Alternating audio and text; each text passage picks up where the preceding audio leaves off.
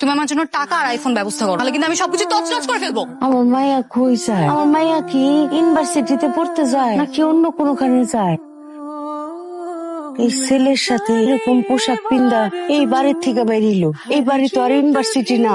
মারে আজকেও বলছিলাম, বুঝছিস, মা না গুরুত্ব দিচ্ছে না। সেই মাইয়ার আমি নিজের কিডনি বিক্রি করে ভার্সিটিতে ভর্তি করাইছি, নিজে চলতে পারি না, আমার পেটে বিষ করে। এই মাইয়া আমার ভাবছে এরকম ভন্ডামি করে টাকা না দিয়ে পার পাওয়া যায়। তোর মতো বন্ড কুলাঙ্গার মাইয়ারে আমি আর 1 টাকাও দিব না। আবার বলো তো, কত কষ্ট করে তোরে জন্ম দিছি, টাকার জন্য আমি সবকিছু করতে পারি। আমার মাইয়া হইয়া তুই এত খারাপ কথা কইতে পারো? আমিও তোরে বলে দিলাম, টাকার জন্য আমি সবকিছু করতে রাজি। আর কালকের মধ্যে যদি আমি টাকা না পাই না, এই বাসায় কিয়ামত হবে।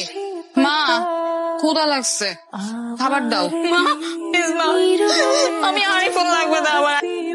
কি তোমরা এখনো স্কুলের জন্য রেডি হও নাই? আপু আজকে আমাদের জন্য কি এনেছেন? কি এনেছি? চকলেট এনেছি। কি মা, তুমি এরকম মন খারাপ করে বসে আছো কেন? একা একা ভালো লাগে না, তাই কেউ আসে না। তোমার পছন্দের খাবার নিজের হাতে রান্না করে নিয়ে আসছি।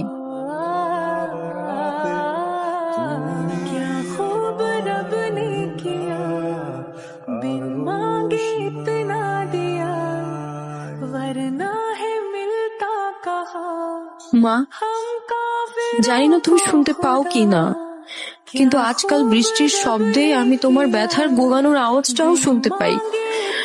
তুমি এভাবে আমাকে খাইয়ে দিতে আর আমি না না করতাম। তখন বুঝতাম না পৃথিবীর সবচাইতে বড় সুখ হচ্ছে মায়ের মুখে পরিতৃপ্তির হাসি দেখা, যেটা আমি পেয়েও হারিয়ে ফেলেছি।